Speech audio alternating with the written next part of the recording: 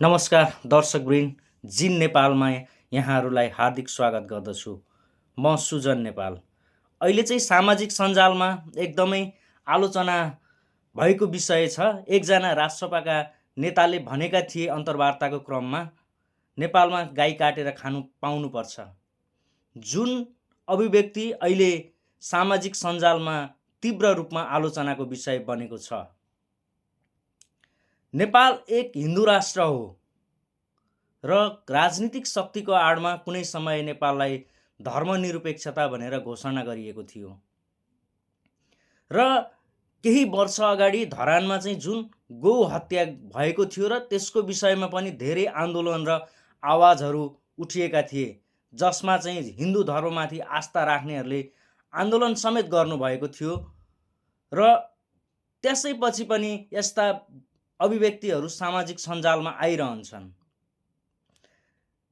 गाई भनेको नेपालको राष्ट्रिय जनावर हो, सबैलाई थाहा छ र राष्ट्रिय जनावरलाई चाहिँ काटेर खान पाउनुपर्छ भन्ने जुन अभिव्यक्ति दिएका थिए उनी यसैको आलोचनाको विषयमा रहेका छन्।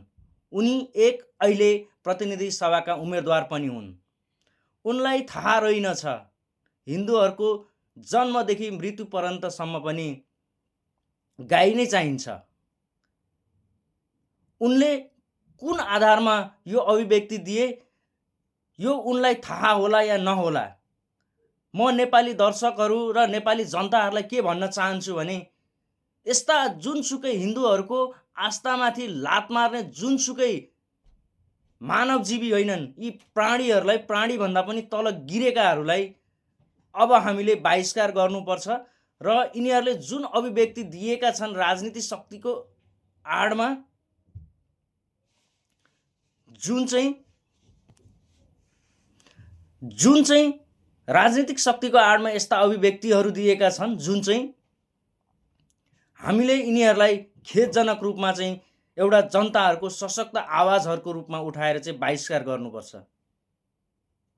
नेपालमा यस्ता पटक पटक गौ हत्याका विषयहरू आउँछन् जहाँ चाहिँ सरकार मौन छ। यस्ता छाडा पशुहरूलाई चाहिँ खुलेआम हिँड्न दिइरहेको छ। के अब नेपाल बाह्य शक्तिहरूको आडमै चल्ने हो त? यस्ता आलोचनाका विषयहरूलाई नेपाल सरकारले अहिलेसम्म के हेरिरहेको छ? संविधान कानुनमा पनि लेखिएको कुरा छ नेपालमा चाहिँ गौ हत्याको विषय र गौ हत्या गर्न पाइँदैन भनिएको छ। तर नेता भनौदाहरू चाहिँ खुलेआम गौ हत्या गर्नुपर्छ भनेर चाहिँ विभिन्न सामाजिक सञ्जालहरूमा चाहिँ कार्यक्रमहरूमा चाहिँ अभिव्यक्ति दिँदै आइरहेका छन्। यदि नेपाल सरकारले चाहिँ यस्ता व्यक्तिहरूलाई ठिक लगाउन सक्दैन भने सम्पूर्ण जनताहरूलाई, सम्पूर्ण हिन्दू धर्मावलम्बीहरूलाई मेरो अपिल छ, कृपया तपाईहरू चुप लागेर नबस्नुहोस्। अब हामी चुप लागेर नबसौँ। यस्ता अभिव्यक्ति दिनेहरूलाई हामीले देशबाट बहिष्कार गर्नुपर्छ।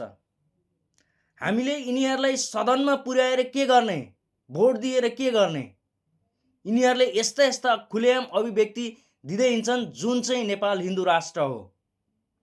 र सम्पूर्ण देशवासीहरूलाई मेरो एउटा अपिल छ, चुनाव नजिकिँदैछ, यस्ता खुलेआम अभिव्यक्तिहरू दिनेहरूलाई हामीले बहिष्कार गरौँ र हामी हिन्दूहरूको आस्थामाथि जुन छातीमा प्रहार गरिएको छ यिनीहरूलाई बहिष्कार गर्नुपर्छ भन्ने म हजुरहरूसँग चाहिँ रिक्वेस्ट गर्न चाहन्छु।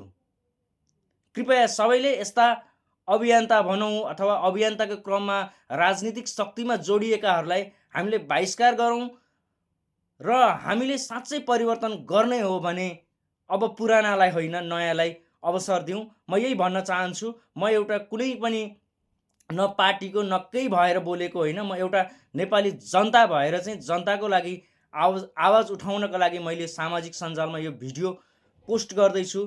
कृपया सबैले यो भिडियो हेरिदिनु होला र यो भिडियोलाई सकेसम्म सेयर गरिदिनुहुन्छ भन्ने पनि अपेक्षा राखेको छु।